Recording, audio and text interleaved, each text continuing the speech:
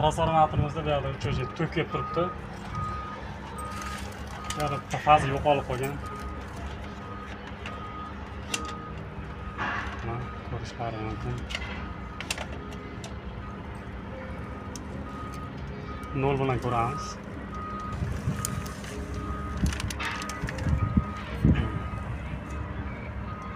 Ikkinchi liniyamizda yo'q. Uchinchi liniyada bor.